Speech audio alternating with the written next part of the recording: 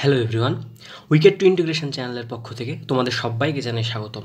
আজকে আমরা রসায়ন দ্বিতীয় পত্রের জৈব রসায়নের অত্যন্ত গুরুত্বপূর্ণ একটি টপিক নিয়ে আলোচনা করব। সেটা হচ্ছে সক্রিয়তা ও স্থায়িত্বের ক্রম।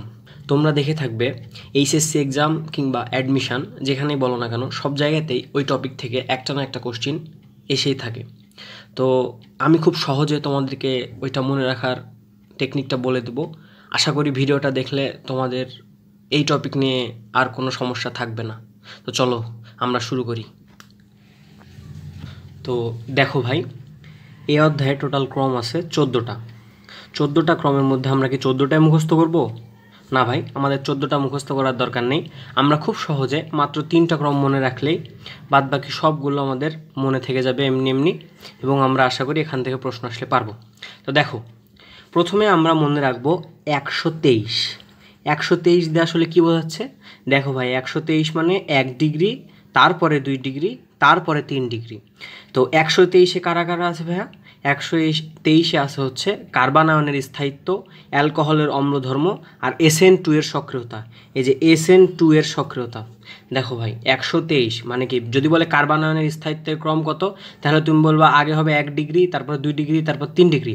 তারপরে যদি বলে অ্যালকোহলের অম্লধর্ম কি মানে কত হবে, তখন তুমি বলবে 1 ডিগ্রি, 2 ডিগ্রি, 3 ডিগ্রি। আর SN2 এর সক্রিয়তার ক্রম কোনটা, তখনও বলবা 1 ডিগ্রি, 2 ডিগ্রি, 3 ডিগ্রি।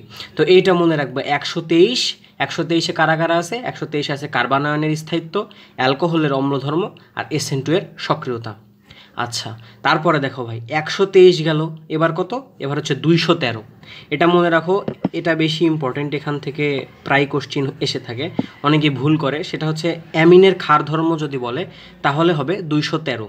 213 অ্যামিনের ক্ষার ধর্ম, এটা দিয়ে কী বোঝাচ্ছে? আবার দেখো ভাই, 213 মানে 2 ডিগ্রি, তারপরে 1 ডিগ্রি, তারপরে 3 ডিগ্রি। তো অ্যামিনের ক্ষার ধর্মের ক্রম যদি বলে তাহলে আমরা বলবো 213 মানে 2 ডিগ্রি, 1 ডিগ্রি, 3 ডিগ্রি।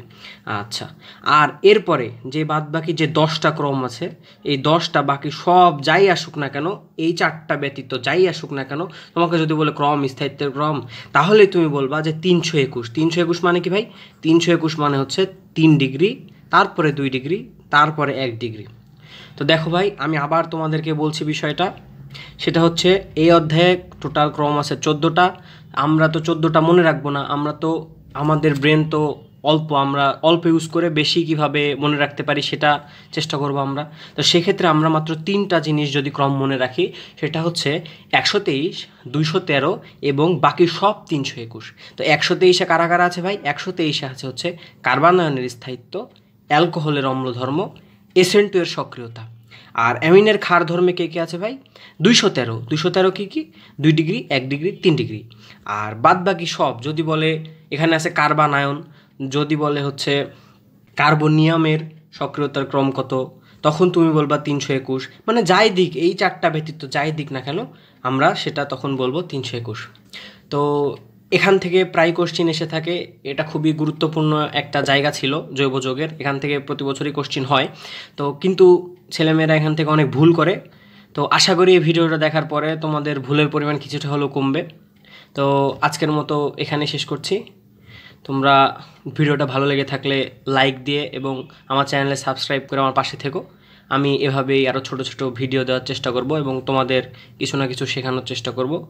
আজকে এ পর্যন্তই, সামনের দিন আবারও দেখা হবে ইনশাল্লাহ অন্য কোনো টপিক নিয়ে। ততদিন পর্যন্ত ভালো থাকো, আল্লাহ হাফেজ, টাটা।